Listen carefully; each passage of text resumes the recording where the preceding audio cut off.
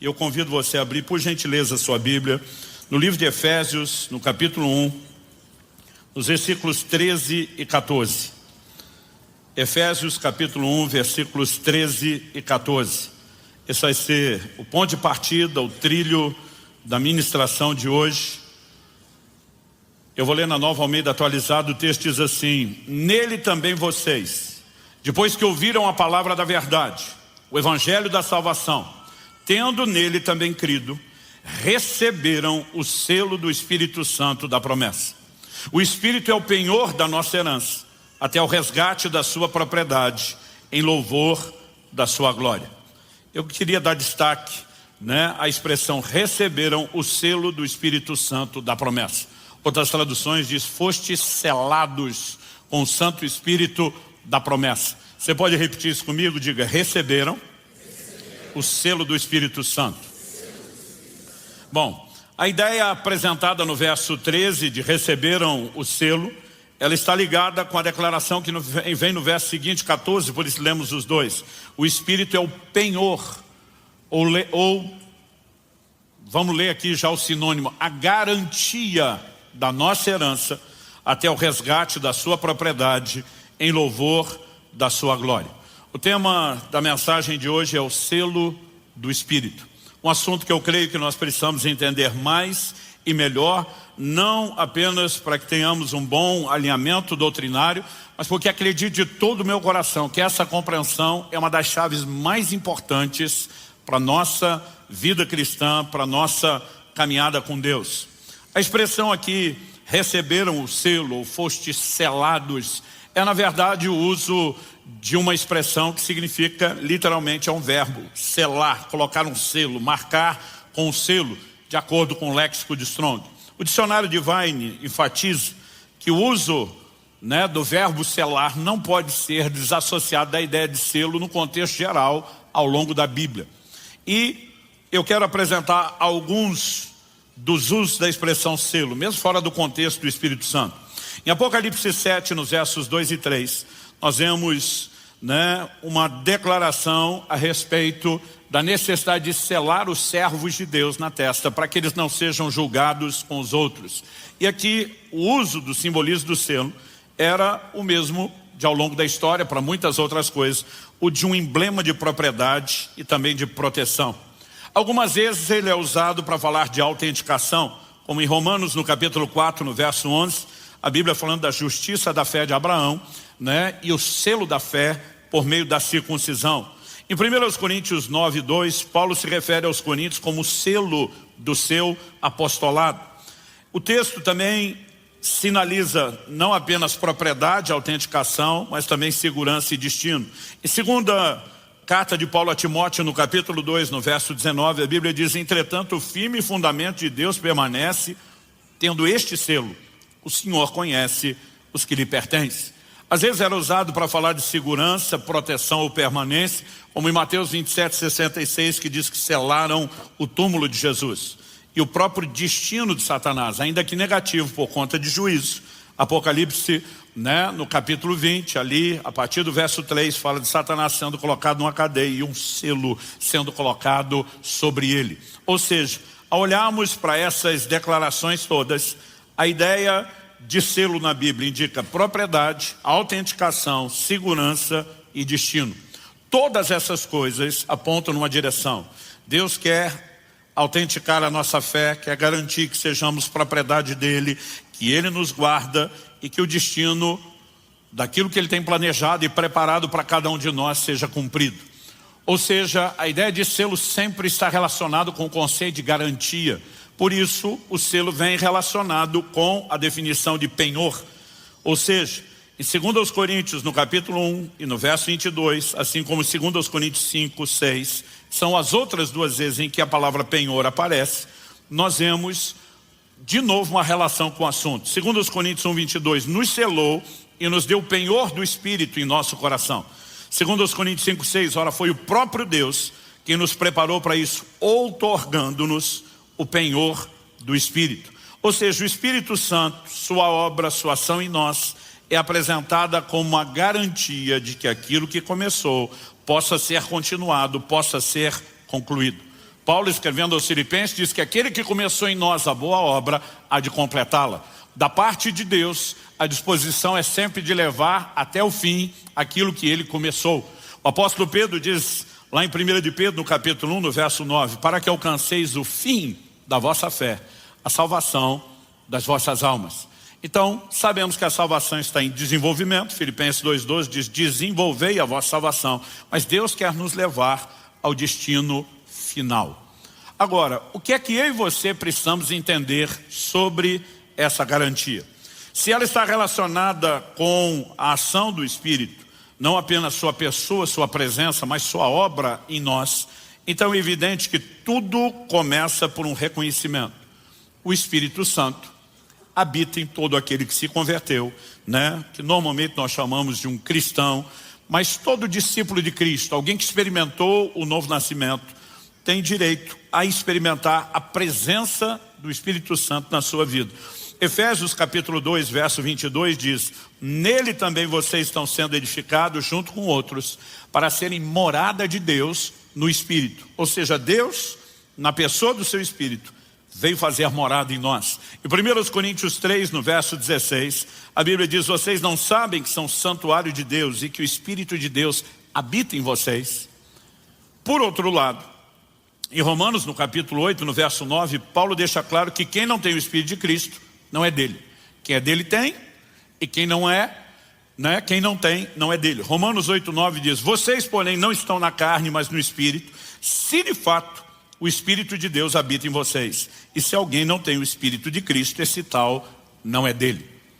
No entanto, nós não podemos negar que há alguns textos que, quando falamos do Espírito Santo, de receber o Espírito Santo, eles são um tanto quanto contraditórios. Eu digo soam, porque a Bíblia não se contradiz. Ela é perfeita, né, na sua harmonia, na maneira como a sua revelação se encaixa. E eu costumo dizer que diante de qualquer aparente contradição, o que você tem é apenas um desafio de interpretação. Estou dizendo isso porque a maioria das pessoas entende, a partir do momento da conversão, do novo nascimento, o Espírito Santo veio habitar em nós, deduz-se que isso seja um processo automático. No entanto, em Lucas, no capítulo 11, no verso 13, Jesus diz, ora, se vocês são maus, sabem dar coisas boas aos seus filhos, quanto mais o Pai Celeste dará o Espírito Santo àqueles que o pedirem. Agora, Jesus está falando sobre pedir. E a ideia é que você pede para que possa receber. É toda a ênfase do ensino de Jesus sobre oração. Então, se fosse recebimento automático, seria desnecessário pedir. Se tem que pedir, o recebimento não é automático. E alguns começam a questionar, mas espera aí, como exatamente se dá essa dinâmica? E não adianta pedir antes da conversão. Ah não, está falando de pedir porque é a pessoa que quer converter, e quando converter, ela automaticamente vai receber. Jesus diz em João, no capítulo 14, no versos 16 e 17, eu pedirei ao Pai, Ele lhes dará outro Consolador, a fim de que esteja com vocês para sempre. É o Espírito da verdade que o mundo não pode receber, porque não vê nem o conhece. Vocês o conhecem, porque Ele habita com vocês e estará em. Esse em é do lado de dentro. Por enquanto Jesus diz, Ele está presente. Vocês podem perceber a ação dele, mas daqui a pouco ele estará do lado de dentro. Mas Jesus diz, o mundo não pode receber. Ou seja, alguém que não nasceu de novo, não pode pedir o Espírito Santo esperando que o receba, porque sem o novo nascimento não recebe. Pressupõe-se que quem está pedindo é alguém que nasceu de novo. Mas se é automático, por que é que tem que pedir? Então, essas coisas têm trazido muito debate entre algumas escolas teológicas, né?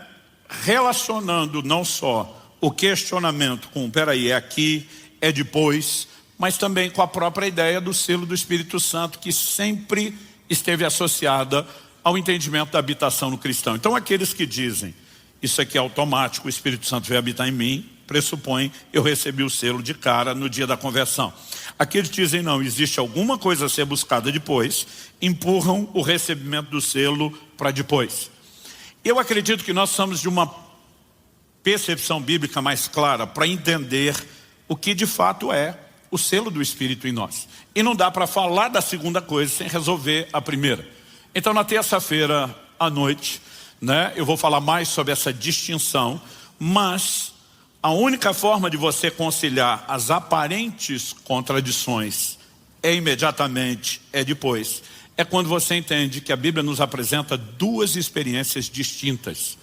Uma delas se dá na conversão, quando nascemos de novo e de fato a pessoa do Espírito Santo vem habitar em nós. Outra delas, depois de já tê-lo habitando em nós, é quando somos revestidos de poder. Então, por exemplo, já falamos anteriormente aqui, ao apresentar o ministério do Espírito, que ninguém pode se converter sem a ação do Espírito Santo. Trabalhando o arrependimento, a fé, a própria experiência do novo nascimento. E algo que nenhum de nós pode negar é que o apóstolo Paulo diz em 1 Coríntios, no capítulo 12, no verso 13, pois em um só Espírito, todos nós fomos batizados em um só corpo, quer judeus, quer gregos, quer escravos, quer livres, e a todos nós foi dado beber de um só Espírito. A expressão ser batizado significa mergulhar, colocar para dentro de. Quando a Bíblia fala de ser batizado no corpo, você não precisa imaginar o corpo de Jesus como algo líquido, onde alguém imergido, afundado, mas a Bíblia diz que é o Espírito Santo quem nos batiza no corpo, nos coloca no corpo de Cristo, ou seja, não há conversão sem a obra dele. E eu gosto de dizer que o Espírito Santo te leva a Cristo, mas depois você veio a Cristo. João Batista anunciou, ele, Jesus, vai batizá-los no Espírito Santo. A partir do momento que você vem a Cristo, Cristo diz agora, eu vou te mergulhar no Espírito Santo. O Espírito Santo te colocou em mim e agora eu vou te colocar no Espírito Santo. São duas experiências distintas. Em João, no capítulo 20, no verso 22, a Bíblia diz que o Senhor aparece aos discípulos depois de ressuscitado. E o texto diz assim, havendo dito isso, soprou sobre eles e disse-lhes, recebam o Espírito Santo. Naquele momento, depois da ressurreição, consumada a obra, ele sopra sobre eles e diz, recebam. Eu acho interessante que ele não diz, olha, isso aqui é só uma ensinação profética, mas não vai acontecer agora. É outro momento. Ele dá a entender, o Espírito Santo está disponível e vocês já podem tê-lo. No sentido de habitar em nós. Mas em Lucas 24, 49, Jesus diz, eis que envio sobre vocês a promessa do Pai. Permaneçam na cidade, ele falava de Jerusalém, até que vocês sejam revestidos do poder que vem do alto. Então mesmo Jesus que soprou e diz, recebam, diz, tem alguma coisa a mais. Quem está acompanhando? Atos capítulo 1, versos 4 e 5. É a continuação do relato de Lucas. E comendo com eles, está falando do período depois da ressurreição, deu-lhes essa ordem, não se afastem de Jerusalém, mas esperem a promessa do Pai, a qual vocês ouviram de mim, porque João na verdade batizou com água, mas vocês serão batizados com o Espírito Santo dentro de poucos dias. Ou seja, o Jesus soprou, falou, o que eu leio para vocês dizendo, recebam o Espírito Santo, a habitação dele em vocês, não é a experiência com o batismo no Espírito Santo, que ainda está para acontecer. Essas experiências precisam ser distinguidas. Atos capítulo 1, verso 8, o Senhor diz, vocês receberão poder ao descer sobre vocês. Aqui o recebam é do lado de dentro. Antes Jesus diz, o Espírito habita com vocês, mas ele estará do lado de dentro. Agora ele está dizendo, sobre vocês. E quando nós olhamos essas distinções, é evidente que essas duas experiências precisam ser destacadas. O apóstolo Paulo pergunta aos Efésios, recebestes vós o Espírito Santo quando crestes? Se há um recebimento automático na conversão, e de fato a Bíblia está dizendo que sim, que ele vem habitar em nós, mas não há nenhuma outra experiência, por que é que Paulo perguntaria se eles receberam o Espírito Santo?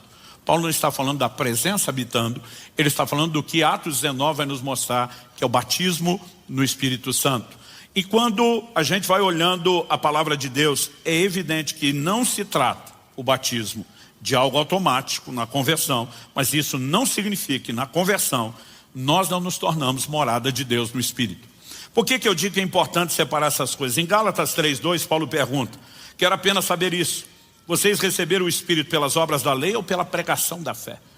Ele diz, quando a palavra é pregada, inclusive assuntos como esse estamos ministrando ao longo de todo o mês, fé é despertada, porque fé é necessária para receber o Espírito Santo como qualquer outra coisa, e assim como você precisa quando entrega a sua vida a Cristo. No verso 5 ele volta a dizer, aquele que lhes concede o Espírito e que opera milagres entre vocês, será que ele o faz pelas obras da lei ou pela pregação da fé? Então é necessário uma correspondência de fé específica, é o que Jesus falou, peça o Espírito Santo, creia para que você receba o Espírito Santo. Aí alguns tentam misturar a experiência do batismo no Espírito com a do Espírito Santo vindo habitar em nós na conversão. Diz, não, quando alguém converteu, já recebeu o Espírito Santo, já foi batizado, já tem tudo o que precisa. E eu digo, é confuso você tentar sustentar isso. Por quê? Quando você olha para as declarações do livro de Atos, em Atos 10, na casa de Cornélio, e já lemos esse texto, o povo primeiro foi batizado no Espírito Santo, pode depois ter sido batizado nas águas. Em Atos, no capítulo 8, em Samaria, foi o contrário. Primeiro eles foram batizados por Filipe nas águas, mas a Bíblia diz que sobre nenhum deles ainda tinha descido o Espírito Santo. Então está claro que as duas experiências não necessariamente têm que acontecer junto e nem que haja uma ordem para elas. Em Atos 19, Paulo, enquanto batizava os Efésios, eles foram cheios do Espírito Santo. Então, o batismo no Espírito pode acontecer antes do das águas, pode acontecer durante, ou pode acontecer depois. Não são a mesma experiência. Então, essa distinção, ela é importante para quê? Para que a gente entre num questionamento mais claro. O que é o selo do Espírito? A gente viu que a sua ideia está associada, né, a essa indicação de propriedade, autenticação, de segurança, de destino. Em 1 de João 4,13, a Bíblia diz, nisto conhecemos que permanecemos nele e ele permanece em nós, pelo fato de nos ter dado do seu Espírito. Eu acho interessante a Bíblia não só dizer, nisto sabemos que experimentamos ele, mas ele fala de permanecer nele e ele permanecer em nós, e essa permanência, nós nele e ele em nós, porque nunca é só um lado, é interação de ambas as partes, como a gente vem destacando mensagem após mensagem, e eu vou seguir falando dessa interação o tempo todo, né? A Bíblia nos mostra que isso está relacionado com a ação, a obra do Espírito Santo. Então nós precisamos entender, há uma garantia, mas o que exatamente é essa garantia e quando ela acontece? De uma forma geral, as igrejas tradicionais, históricas, sempre associaram o selo com a conversão. Até porque o texto que nós lemos de Efésios capítulo 1 é muito claro. Ele diz, nele, se você olhar o versículo 12, termina falando em Cristo, então nele em Cristo, né? Quando chega ali, Efésios 1,13, nele também vocês, depois que ouviram a palavra da verdade, o evangelho da salvação, ou seja, quando forem evangelizados, tendo nele também crido, quando houve a resposta de fé para a conversão, receberam o selo do Espírito Santo da promessa. Então eles sempre disseram, não tem o que discutir. Foi na hora que o evangelho foi pregado, houve uma resposta de fé, houve conversão, houve novo nascimento, o Espírito Santo veio habitar em nós, a habitação dele, a partir da conversão, é o selo. Quando o movimento pentecostal rompeu por todo o mundo, na virada do século XIX para o XX, porque ao longo de muitos séculos, as manifestações do Espírito Santo, os dons, as experiências se tornaram muito raras e pouco experimentadas. Mas quando Deus começou a restaurar isso no movimento pentecostal, e eu gosto de dizer que isso se espalhou que nem fogo em capim seco pelo mundo todo, eles começaram a dizer, não, o selo, a garantia, não é o novo nascimento, a conversão. E eles tinham tanto o que acreditavam ser uma base bíblica, como misturaram algo perigoso na hora de você fazer doutrina, que diz respeito à experiência. Base bíblica. Eles pegaram segunda epístola de Paulo aos Coríntios, capítulo 1, versos 21 e 22, que diz assim, aquele que nos confirma juntamente com vocês em Cristo, e aqui está falando de confirmar em Cristo, ou seja, é a autenticação, é a ideia do selo. Ele diz, aquele que nos confirma junto com vocês, não só nós, mas vocês também em Cristo, e que nos ungiu é Deus, e que também pôs o seu selo em nós, e nos deu o penhor do Espírito em seu coração. E sério, peraí, quando está falando que nos ungiu, está relacionando o selo com a unção, com o revestimento de poder, com a segunda experiência e não com a primeira. É aqui que está a confirmação. E aí, para tentar justificar a interpretação, eles misturaram a experiência. Tem um monte de crente que nasceu de novo e está desviando. Se tem uma garantia, um penhor, como é que está se perdendo no processo? O penhor é o poderoso, glorioso batismo no Espírito Santo, que quando você é revestido de poder, você vai vencer o pecado, o mundo, o diabo, Satanás e tudo. E começaram a identificar a experiência do selo com o batismo no Espírito Santo. Tanto que até hoje, no meio pentecostal, a expressão selado é sinônimo de batizado no Espírito Santo. Eu me lembro das campanhas de avivamento, quando o pregador no final dizia, e no final dessa semana, nós tivemos tantos selados com o Espírito Santo. Porque eles simplesmente começaram a bater o pé e dizer, o selo está aqui. No entanto, o argumento da experiência, tem crente nascido de novo, não batizado, desviando, virou-se contra eles, quando muita gente que além de nascer de novo e ter sido batizado do Espírito Santo, começaram a desviar. Aí a turma dizia, mas e o argumento de que tem garantia e o processo não perde? Alguém disse, ok, vamos tirar a experiência. Esse texto fala claro da conversão, o outro, e esse texto fala claro da unção, e não são as mesmas experiências. E o que eu acho curioso é as pessoas tentar brigar por qual versículo é que tem razão. Como se uma parte da Bíblia fosse verdadeira e a outra não. Como se uma tivesse certa e a outra errada, e a gente tem que descobrir qual é a certa. A verdade está no todo, na concordância. E a palavra de Deus nos contradiz. Então a pergunta a ser feita é, existe alguma outra coisa que possa indicar que o selo do Espírito não seja só isso aqui que acontece na conversão, nem só isso aqui que acontece no batismo no Espírito Santo, mas possa ser alguma coisa que não exclua nenhum nem outro, mas que também não se contradiz? E eu creio que esse é o ponto a ser explorado. Quando as pessoas me perguntam, pastor, quando o senhor acredita que se dá o selo na vida do cristão? Na conversão, no batismo? Eu falo, nenhum nem outro, mas nos dois. A turma, não, peraí, agora o senhor complicou as coisas. Eu falei, não é só isso, não é só aquilo, envolve isso, mas é maior do que o que vocês estão enxergando. E eu quero tentar te mostrar que talvez a nossa perspectiva errada de definir o selo é tentar estabelecer uma linha do tempo e dizer aonde cronologicamente ele aconteceu.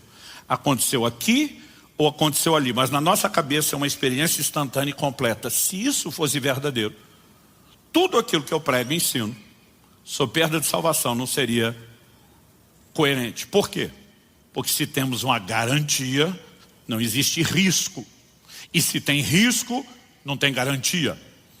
Então como que a gente lida com esse entendimento?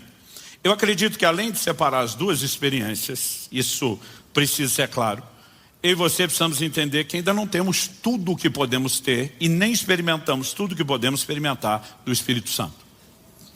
Em Romanos no capítulo 8, no verso 23, o apóstolo Paulo, falando da criação que geme, ele conclui e diz assim, não somente ela, mas também nós, que temos as primícias do Espírito, igualmente gememos em nosso íntimo, aguardando a adoção de filhos, a redenção do corpo. Ele não disse só, e também nós que temos o Espírito, ele diz, temos as primícias. As palavras primícias significam primeiros frutos. Da onde Paulo tirou isso? Do entendimento da festa e da celebração das primícias da própria Bíblia. O que era o exemplo, a alegoria que Paulo menciona? O camarada entrava no campo, com um braço, ele abraçava um feixe, seja de trigo ou o que for, com outro ele cortava com a foice, e ele parava a colheita no primeiro feixe, porque ele tinha que agora levar para Deus os primeiros frutos. Os primeiros frutos não eram toda a colheita, eram bem distintos. E quando ele está dizendo, nós temos as primícias do Espírito Santo, é evidente que ele está dizendo, nós não temos tudo que podemos ter. Agora, nós já falamos na semana passada que Deus não está dando o Espírito Santo parcelado aos poucos. Quando explicamos que o conceito de ser cheio do Espírito não é a gente ter mais dele e subindo o nível até estar com o tanque cheio. A gente mostrou que a ideia de ser cheio é estar totalmente tomado e que o conceito bíblico de ser cheio é ele ter mais de nós, porque ele não é parcelado. Então, se ele não é parcelado, o que é que significa eu e você não temos tudo daquilo que poderíamos ter? Estamos falando da obra dele. Tanto que Paulo disse, nós estamos aguardando a redenção do corpo, ou seja, nosso espírito foi regenerado, nossa alma segue sendo restaurada e um dia o nosso corpo será transformado. Então não temos tudo, não experimentamos ainda a sua obra plena e completa. Agora a pergunta é, se não experimentamos sua obra plena e completa, que vai progressivamente nos transformando de glória em glória na imagem de Cristo, como sinalizamos desde a primeira mensagem, como é que nós já temos uma garantia do processo terminado antes de terminar? Eu mencionei 1 de Pedro 9, para que alcanceis o fim da vossa fé, a salvação das vossas almas. Esse é o objetivo final. Outro dia alguém falou, não, soberano, eu não consigo entender como que se acredita em Pedro de salvação. Eu falei, a salvação não é pela fé? Ele falou, é. Eu falei, Paulo não fala de alguns que naufragaram na fé. Ele não fala de guardar a fé. Se a fé pode ser perdida ao longo do processo e a salvação é só pela fé, como é que a salvação que é pela fé se alcança sem fé? Então você acha que é só ter fé para começar e não precisa mais justificá-la, não precisa sustentá-la, não precisa praticá-la. Nosso conceito de segurança existe, mas está condicionado a quê? A que você funcione devidamente de acordo com aquilo que Deus deu. Rafael Barbosa me pediu no intervalo, falou, pastor, deixa mais claro. Tipo assim, mostra que um selo de garantia num produto, ele é válido enquanto você usa direito. Ele diz, não adianta jogar o iPhone debaixo da roda do carro, passar por cima e esperar, né, que o fabricante simplesmente dê outro. Existe um entendimento prático sobre isso? As escrituras nos mostram que sim. Por exemplo, em Filipenses 2,12 a Bíblia diz, desenvolvei a vossa salvação com temor e tremor. Se ela é um ato unilateral de Deus, por que é que existe um imperativo para que eu desenvolva? Nós precisamos entender alguma coisa na dinâmica da obra do Espírito Santo, que envolve o que eu estou falando desde o início, interação. Então, pastor, tem algum texto que não exclua a ideia de que o selo pode estar relacionado com a conversão, pode estar relacionado com o batismo no Espírito Santo, que não coloque os dois em choque, que não se discuta que a garantia não é ato unilateral de Deus e que resolva tudo isso? Sim, Efésios capítulo 4, verso 30, que diz, e não entristeçam o Espírito Santo de Deus, no qual vocês foram selados por dia da redenção. Aqui Paulo introduz a ideia de selo, não como uma experiência única, cronológica, em um momento ou outro, mas ligada a um relacionamento. Se você entristecê-lo, se você afastá-lo, você vai perder a única garantia que você pode ter. Então ele não está falando do selo aconteceu aqui, o selo aconteceu ali. Ele fala de algo que envolve uma dinâmica de interação contínua e permanente. E que se for comprometida, a garantia foi embora. Aonde isso nos leva? Eu quero destacar, assim, em primeiro lugar, distinguimos a experiência do Espírito Santo habitando em nós, que são duas, né, coisas diferentes, ele habitar em nós, o batismo do Espírito Santo. Se por outro lado, ao questionar o selo do Espírito Santo, a gente diz não está aqui, não está ali, mas envolve todas essas coisas. Em terceiro e último lugar, e aqui eu gasto um pouquinho mais de tempo, eu quero falar sobre o que a Bíblia chama de a comunhão com o Espírito Santo. Em 2 Coríntios, no capítulo 13, no verso 13, em algumas traduções, isso mudou para um versículo novo, que é o 14, mas é o último do capítulo, é o último de 2 Coríntios. E esse verso diz assim, nós o apelidamos de a bênção apostólica, a graça do Senhor Jesus Cristo e o amor de Deus e a comunhão do Espírito Santo estejam com todos vocês, não com alguns, com todos vocês. Porque cada um desses itens apresentados aqui é para todo mundo. Eu fico olhando para um versículo como esse, imagino que a maioria dos crentes lê ele mais ou menos assim, a graça do Senhor Jesus Cristo. O crente para e fala, top, esse negócio é sério, isso aqui é importante, é vital, essencial e inegociável. Porque ele lembra da declaração de pela graça sois salvos, então ele pensa, se não tiver a graça, está todo mundo lascado. Então ele diz, isso aqui é importante. Aí ele continua lendo. E o amor de Deus, ele para e diz, top também, essencial, vital. Porque lembra de João 3,16, Deus amou o mundo de tal maneira que deu seu Filho unigênito para que todo aquele que nele crê. E pensa, se não fosse o amor de Deus, a gente está tudo perdido e lascado. Mas ele termina a leitura mais ou menos assim. E a comunhão do Espírito Santo, o que quer que seja isso, não deve ser importante, esteja com cada um de vocês. Eu digo, como é que é? O Senhor Jesus oferece algo que é vital, a graça, sem o qual não tem vida cristã, não tem salvação, não tem relacionamento com Deus. O Pai oferece algo vital, a expressão do seu amor que providenciou tudo, vital, sem o qual não há vida cristã, não há relacionamento com Deus, não há nada. E o Espírito Santo oferece uma coisa inútil, sem vergonha, sem propósito, só para entrar na lista, mas que não tem nenhuma relevância. O nosso problema tem sido não conseguir mensurar o peso que o ministério, que a obra do Espírito tem em nós. E não adianta falar dele agindo sozinho, que para que ele haja é necessária interação. E nessa interação, a Bíblia nos mostra uma ideia de relacionamento, porque o Espírito Santo não é uma coisa, o Espírito Santo não é uma energia, ele não é uma força, ele não é um poder, ele é uma pessoa. E é Deus. É um com o Pai e com o Filho. Então, o Filho e o Pai apresentam obras essenciais, e a dele totalmente desnecessária. Ele veio habitar em nós, a troco de nada. Porque não tinha lugar para ele morar no céu e descobriu que podia morar dentro de mim, dentro de você, de graça, sem pagar aluguel. Se nós não entendemos a importância do que ele veio fazer e a natureza da sua obra, que requer interação, Mas não é só você fazer um movimento do lado de lá, eu faço do lado de cá. Essa interação é relacional. E aí nós já falamos que o Espírito Santo pode ser resistido, que ele pode ser enciumado, que ele pode ser apagado, que ele pode ser entristecido. São todas dinâmicas de algo que acontece dentro do quê? De um relacionamento.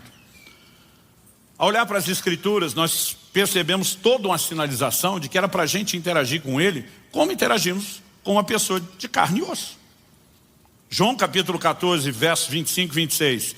Jesus diz: tenho dito isso enquanto ainda estou com vocês, mas o Consolador, o Espírito Santo que o Pai enviará em meu nome, esse ensinará a vocês todas as coisas e fará com que se lembrem de tudo que eu lhes disse. Ensinará todas as coisas, não algumas. Quando a gente pensa ser guiado pelo Espírito Santo, a gente pensa um direcionamento profético, uma manifestação dos dons. Não.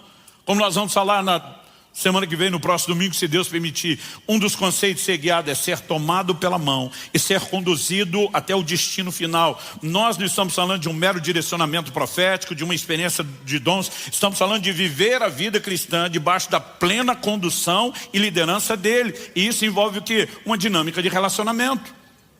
Não tratá-lo como um ser impessoal. Atos capítulo 8, verso 9. Então o Espírito disse a Filipe: aproxime-se dessa carruagem e acompanhe. Alguém que fala coisas particulares, num nível muito personalizado, que dá direcionamento e que junto com ele demonstra os seus resultados sobrenaturais.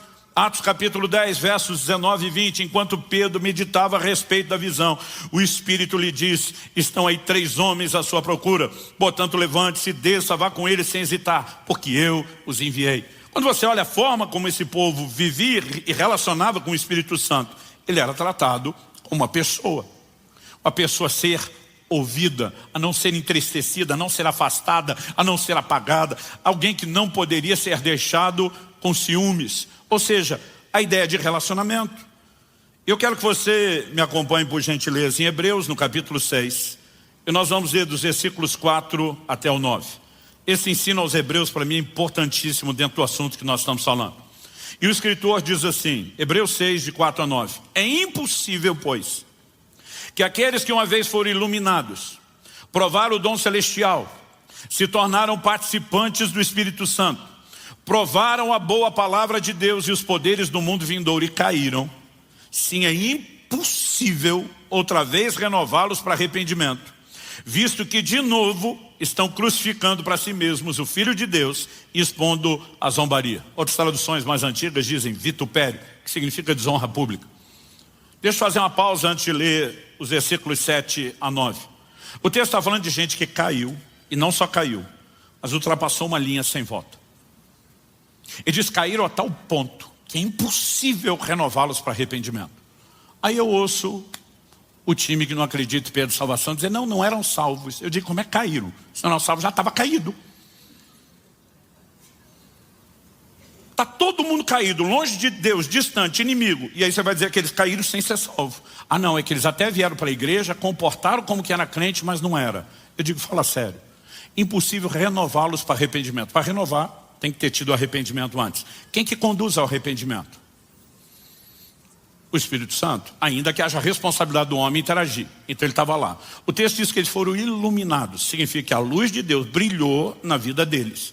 Não é gente tentando alguma coisa sem Deus, que está olhando dizendo: não escolhi vocês, quero saber de vocês, não tem nada a ver com vocês. A Bíblia diz que a luz de Deus brilhou na vida deles. Resplandeceu no meio das trevas da vida deles. O texto diz que receberam o dom celestial. Quando Jesus usa a expressão nascer de novo, no original é nascer do alto. Paulo em Romanos 5 fala dos que receberam a abundância da graça e o dom da justiça. Ou seja, receberam o dom celestial, para simplificar, está falando de nascer de novo. E para a gente não gastar tempo discutindo isso e provar que isso é novo nascimento, é só pegar a próxima declaração. E se tornaram participantes do Espírito Santo. Jesus disse que o mundo não pode recebê-lo. E que se alguém não tem, não é de Cristo. Porque aqui está a determinação clara de quem é de Cristo. Agora eles se tornaram participantes. Não é que foram tocados, mas não deixaram ele terminar o trabalho. Se tornaram participantes do Espírito Santo. O receberam, sem ser salvo. A Bíblia diz: provaram a boa palavra de Deus. E provar aqui da ideia de saborear. A tradução espanhola de Reina Valera diz: degustaram, saborearam a palavra de Deus. Ou seja, não receberam apenas um evangelho mal pregado, explicado, foram discipulados, ensinados, instruídos na palavra. A Bíblia diz, e provaram os poderes do mundo vindouro. O que você pode falar desde a transformação do fruto do Espírito, a manifestação dos dons. Tudo isso sem ser salvo. Eu digo, é uma façanha muito grande tentar dizer isso. Mas a pergunta é, se só ter o Espírito Santo habitando em nós, ou se só ter sido batizado no Espírito Santo é garantia de que o processo termine, como que alguém que participou do Espírito Santo pode cair a ponto de não mais poder ser renovado para arrependimento? Então a pergunta é, será que nós entendemos o que exatamente é o selo? Do que o texto está falando? Vamos continuar no verso 7 até o 9. O verso 7 começa com a conjunção explicativa. Por quê? Um raciocínio está sendo construído e uma explicação será feita. Porque a terra que absorve a chuva que frequentemente cai sobre ela e produz plantas úteis para aqueles que a cultivam, recebe bênção da parte de Deus. Mas se produz espinhos e ervas daninhas, é rejeitada, perto está da maldição e o seu fim é ser queimada. Eu durante muito tempo li os versículos 7 e 8 com uma sensação de, parece que copiar e colar o texto no lugar errado. Na linguagem de informática, Ctrl+C e Ctrl+V no lugar errado. Eu não sei se alguém já fez isso. Já fiz isso com texto, com livro. Estou revisando o material, não. Eu sei que não ficaria tão bem aqui quanto lá no fim. Eu recorto, mas enquanto ainda estou analisando, até na hora de chegar ao lugar, eu fico me perguntando, o que é que eu fiz com esse texto? Eu preciso de outra revisão para descobrir que colei no lugar errado. Né? E aí fica totalmente sem sentido. A sensação que eu tinha é essa. Mas no versículo 9, o escritor deixa claro que ele não mudou o assunto. Ele diz, quanto a vocês, meus amados, ainda que falemos dessa maneira, estamos certos de que coisas melhores os esperam, coisas relacionadas com a salvação. Você pode repetir isso comigo? Diga, coisas melhores relacionadas com a salvação. Só mais uma vez, coisas melhores relacionadas com a salvação. Outra tradução diz, de vós, amados, esperamos coisas melhores. O que significa esperamos coisas melhores? Em primeiro lugar, no sentido genérico, falando de todo crente, em todo lugar, em todas as épocas, Deus tem o direito de esperar de mim e de você o melhor, o nosso crescimento, porque Ele fez o seu melhor por nós. Filipenses 1:27 diz que eu e você temos que viver de modo digno do Evangelho com o qual nós somos chamados. Isso não significa que a gente recebeu o Evangelho por ter dignidade própria, mas depois que o Evangelho nos dignificou em Cristo, nós precisamos de uma resposta digna ao investimento feito, e nós temos que levar Deus a sério. Não podemos viver de brincadeira. Quem está entendendo? Então ele está dizendo, de você esperamos coisas melhores. Esse é o sentido genérico. Mas ainda que a gente vá olhar aquilo que é genérico para todo cristão, não dá para negar que o escritor de Hebreus estava falando com um grupo específico de crentes. Então ele está falando por um grupo de crentes que está de pé, mas ele acabou de citar um grupo de crentes que não só caiu, mas caiu a ponto de não poder ser renovado para arrependimento. Aí ele fala para os de pé, de vocês esperamos coisas melhores. Melhores do que quem? Do que eles. E é nesse intervalo que ele apresenta uma alegoria. Ele está falando de crente bom que está de pé e crente ruim que caiu. Crente que corresponde com Deus e crente que deixou de corresponder com Deus. E ele entra com uma alegoria, falando de terra boa e terra ruim. Terra que corresponde com fruto e terra que não corresponde com fruto. E ele não está falando literalmente de terra, porque ele termina dizendo no fim do verso 8, e o seu fim é ser queimada. Terra não queima. Você sabe que incinerador é esse que ele está falando? Então a pergunta é, qual é o grande diferencial que determina quem frutifica para Deus e quem não? Durante muito tempo, olhando para esses versos 7 e 8, de forma equivocada, eu pensava, bom, sobre um grupo choveu, sobre outro grupo não choveu. Além do fato de que a Bíblia apresenta as chuvas como uma figura do derramar do Espírito Santo, é evidente que a chuva é um investimento de Deus para que a terra frutifique. E o maior investimento que Jesus sinalizou que nós precisaríamos para viver a vida que Ele espera de nós é o Espírito Santo. Então, eu ficava pensando, então esse aqui deu bom porque choveu sobre eles, esse aqui deu ruim porque não choveu. Se isso fosse verdade, nenhum dos crentes poderia ser responsabilizado por nada. Porque a planta não tem o poder de fazer chover sobre si. Então, a que recebeu a chuva seria afortunada, e a que não recebeu seria apenas vítima de uma escolha que não é dela. E ela não poderia ser responsabilizada, o que dizer ser lançada no fogo por causa disso. A pergunta é, Deus está escolhendo sobre quem vai chover? Não, nem no natural, nem no espiritual. No natural, Jesus diz, O Pai Celeste faz sair o sol e cair a chuva sobre justos e injustos. No espiritual, ele diz, derramarei do meu espírito sobre toda a carne. Ele não falou, vou derramar do meu espírito sobre alguns, vou derramar do meu espírito sobre os eleitos, vou derramar do meu espírito sobre os crentes bons das igrejas boas. Ele nunca fez distinção. Ele diz, vou derramar do meu espírito sobre toda a carne. Ele está dizendo, eu estou fazendo investimento para que todo mundo possa corresponder e frutificar. Então qual a diferença entre um tipo de terra e outro? A diferença está aqui no verso 7, a terra que absorve a chuva, que não desperdiça, que aproveita, que interage com aquilo que está sendo derramado sobre ela. E de novo nós voltamos a um elemento comum. O que é a nossa garantia não é uma experiência cronológica ao longo do tempo, é a disposição de ato contínuo interagir. Porque se eu absorvo a chuva hoje, mas daqui 10 anos não, o que é que me adiantou ter absorvido no início? Quem está entendendo? O nosso problema é que a vida inteira nós ficamos tentando definir o selo num lugar de referência cronológica. Aconteceu lá ou aconteceu cá. Deixa eu tentar explicar isso de outra forma. Hoje, 17 de setembro de 2023, eu completei exatos, descontando, levando em consideração no bissexto tudo, 18.522 dias de vida. Eu estou há 18.522 dias no planeta Terra. Para simplificar, só conto 50 anos. Que sempre tem um que fica. Que idade ele tem? Pronto, já resolvi o seu problema, você volta a prestar atenção aqui, em vez de ficar fazendo a conta. Se eu levar em consideração aqui, só a nível hipotético, que eu tenha comido em média 1 quilo de comida por dia. Média generosíssima. Considerando a época que eu era criança e malemar comia, e os últimos anos, a última década que eu me converti nessa área. Que teve alguma coisa nesse meio, no limbo aqui, que 1 quilo era uma refeição. Então, vamos tentar imaginar uma média que sirva para a maioria de vocês. E mesmo para a maioria de nós, a média é generosa. Isso significa que eu já comi, no mínimo, 18 toneladas e meia de alimento. Ou seja, eu sou uma máquina devoradora de alimentos.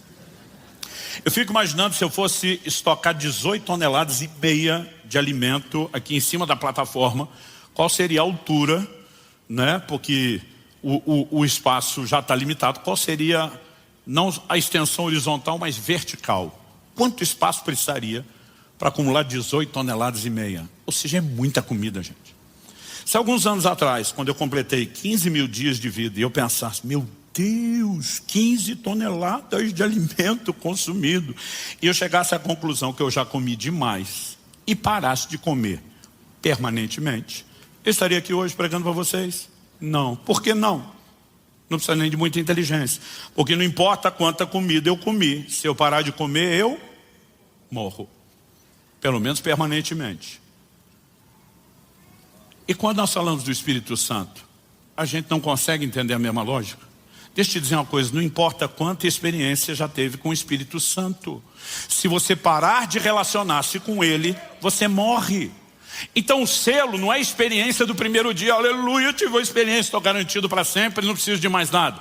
O selo não é a experiência do batismo no Espírito, mas envolve todas essas coisas. O selo é uma resposta contínua de relacionamento com Ele, onde eu e você decidimos, eu não vou apagá-lo, eu não vou diminuir sua obra, eu vou interagi-lo, eu não vou entristecê-lo, eu não vou resisti-lo, eu não vou afastá-lo, eu vou permanecer sensível à sua condução e à sua liderança. Resumindo, o selo do Espírito não é uma experiência única. É um ato contínuo de interação e relacionamento. Por isso, quando a Bíblia diz enchei-vos do Espírito, nunca é uma experiência única. É ato contínuo. Ou seja, alguém pode ter se tornado participante do Espírito Santo, como esses hebreus estão ouvindo falar de um grupo, e ainda assim interromper completamente o processo, a ponto de não ter garantia nenhuma. Aliás, vários textos não só relacionam o conceito do selo com garantia, mas mostram pecados contra o Espírito Santo que sinalizam uma interrupção do processo. E a gente já falou deles. Mas vamos recordar alguns e tocar em outros. Atos 7:51, Estevão diz, vocês sempre resistem ao Espírito Santo. Alguém diz, não, isso aí é quem não converteu. Vamos pular. 1 Tessalonicenses 5:19, falando para o crente, não apaguem o Espírito.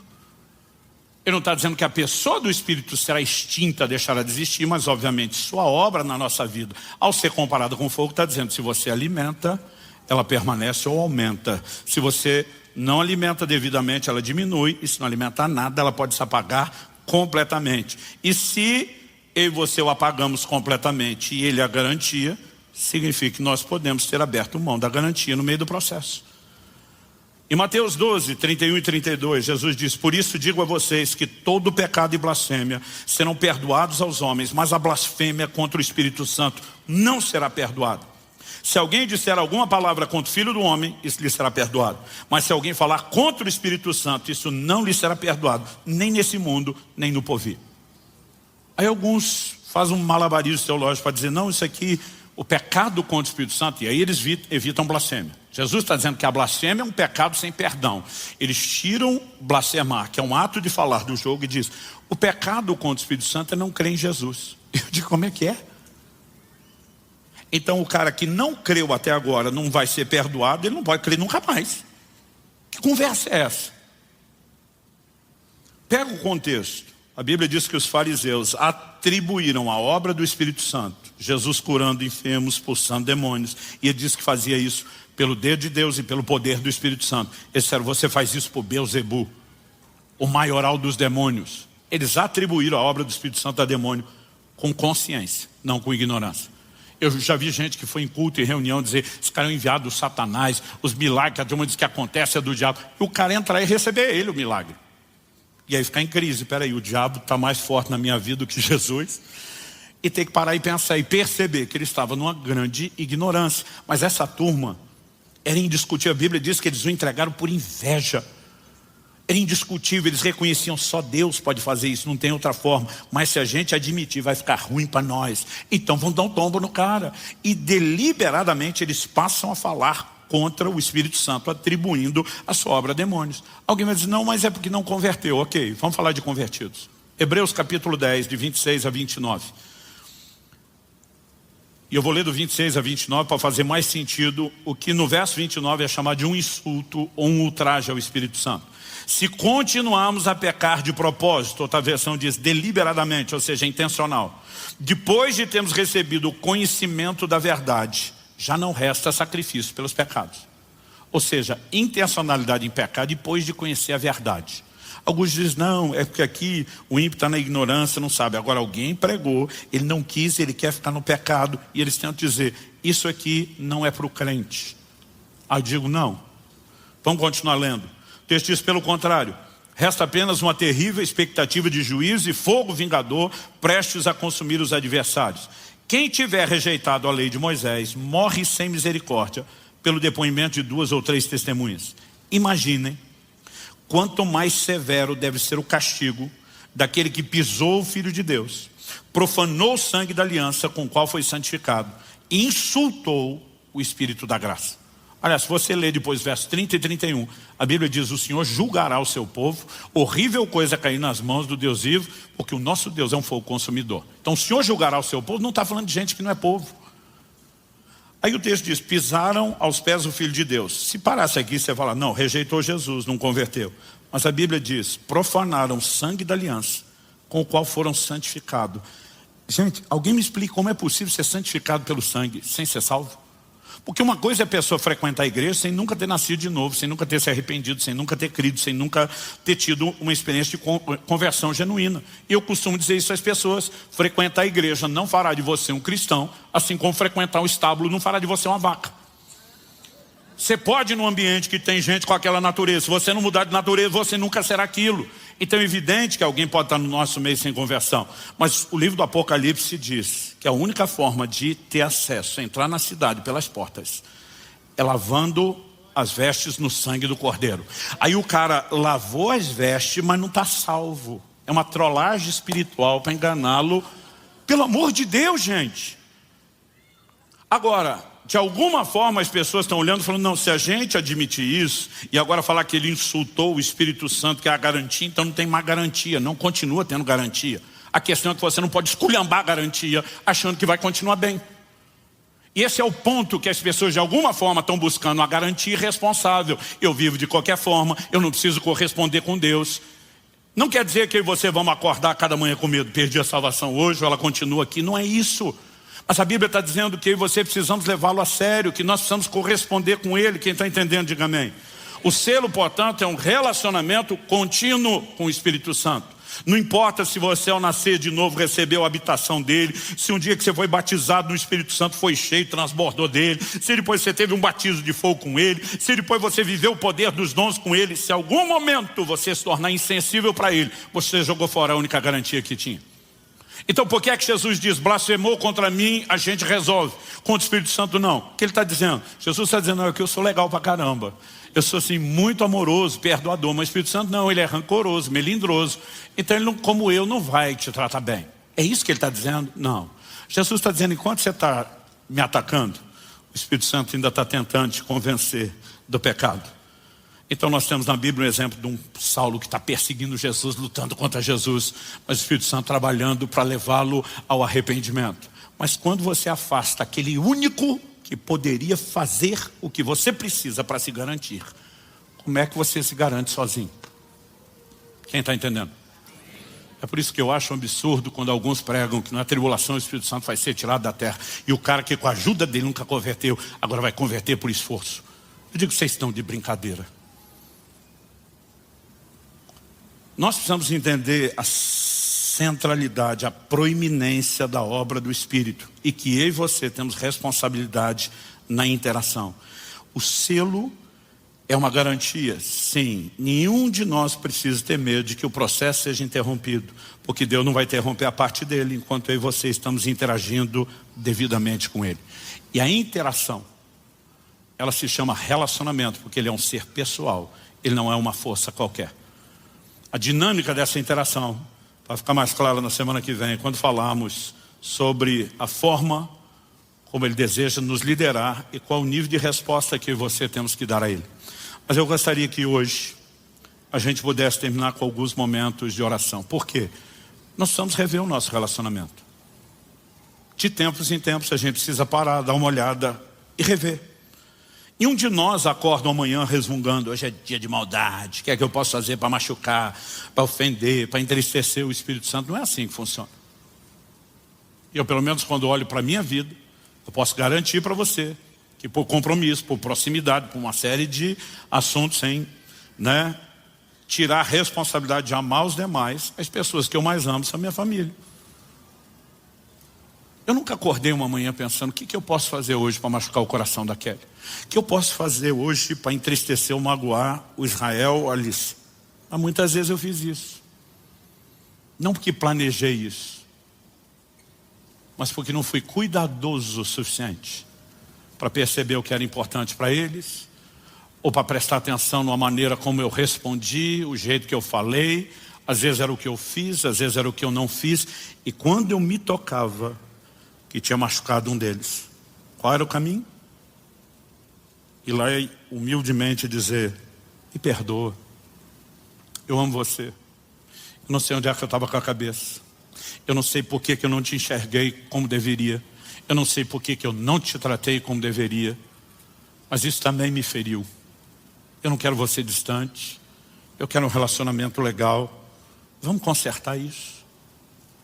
Como fazemos com o Espírito Santo? Não é diferente. Agora, eu nunca cheguei para minha esposa e disse, te prometo que nunca mais vai acontecer isso, porque eu não sou louco. Eu teria que ser perfeito para garantir essa promessa. Mas muitas vezes eu falei para ela, o que eu posso te prometer é que isso vai acontecer cada vez menos, porque eu vou estar profundamente empenhado com o meu crescimento no processo. E muitas vezes para o Espírito Santo eu falei a mesma coisa. Eu não posso te garantir que em algum momento, por descuido, eu vá te entristecer. Mas eu te prometo que eu vou entregar tudo de mim. E isso não é suficiente. Eu vou depender de interagir devidamente com o Senhor para poder usar tudo que é seu. Para que isso não aconteça com a mesma frequência e regularidade. Para que eu possa viver transformação. Uma das coisas mais necessárias para qualquer cristão é manter um coração tenro, sensível para o Espírito Santo. A Bíblia diz, se hoje ouvides a sua voz, não endureça o coração.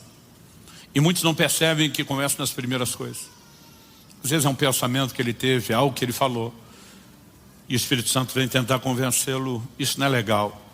E muitas vezes o coração endurece. A pessoa se enche de razão para justificar o que fez, por que fez. E muitas vezes o processo vai lentamente. Uma coisa é entristecê-lo uma vez. Outra coisa é fazê-lo algumas vezes. Outra é fazê-lo várias vezes. Outra é fazer muitas vezes. Outra é fazê-lo permanentemente. Mas esse processo de deterioração da fé, ele nunca é instantâneo. Alguém diz que o crente não cai, ele vai caindo. E é necessário muito descuido e falta de sensibilidade para que essa relação se deteriore profundamente a ponto de não ter mais volta. Mas biblicamente é possível ultrapassar a linha sem volta, com certeza. Mas a ideia de falar isso é tentar criar em você o medo ou o pavor de chegar no lugar sem volta. É justamente criar em você uma resposta, um posicionamento, dizer, nem a pau que eu vou atravessar para o lado de lá. Eu quero me garantir do lado de cá, pertinho dele. Eu acredito que no domingo que vem nós vamos ter a orientação mais prática de todos os ensinos possíveis, como interagimos e relacionamos com ele com simplicidade e praticidade no dia a dia, mas toda essa construção é importante. Alguns ficam me olhando com a cara de, chega logo lá, pastor. Eu digo, vamos com calma. Nós estamos montando um quebra-cabeça, né? Tanto doutrinário quanto de orientação prática. A Bíblia não falaria tanto sobre o assunto, para a gente só ir correndo no resultado final e dizer, é só isso, acabou. É importante que a gente entenda o processo. Mas eu gostaria que nesse momento você fechasse seus olhos por um instante e você pudesse ter um momento de conversa, de como o salmista poder dizer, sonda meu Deus e conhece o meu coração, vê se em mim algum caminho mau, de poder dizer, Espírito Santo, pode ser que algumas vezes meu coração esteja tão duro que eu não percebo o quanto eu te resisti, ou o quanto eu te entristeci, ou o quanto eu te enciumei.